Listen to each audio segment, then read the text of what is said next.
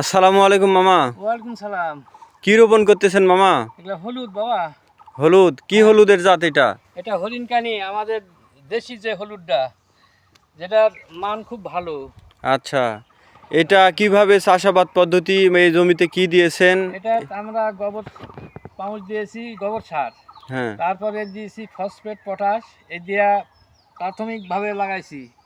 এরপরে আমরা ইউরিয়া বা ডিএপি বা সালফার আরও ইত্যাদি ইত্যাদি যেসব কীটনাশক, এইগুলো দিয়ে আমরা আবারও বান্দা দিব, ওষুধ স্প্রে করতে হবে।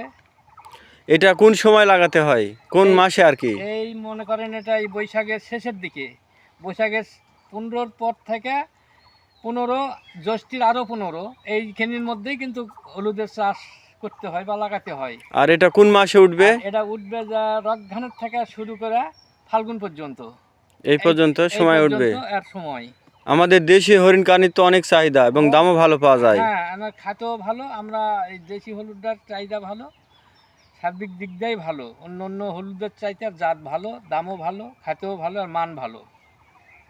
ইনশাল্লাহ ভালো চাষাবাদ হবে। আর এই হলুদের কোনো কি হয়, এই রোগ ব্যাধি এরকম? রোগ ব্যাধি বলতে একটু পোকার হয়, অতিক্রম হয়, পোকার সমস্যা হলে পারে, পোকা আসলে পারে, সেটা স্প্রে করা যায়।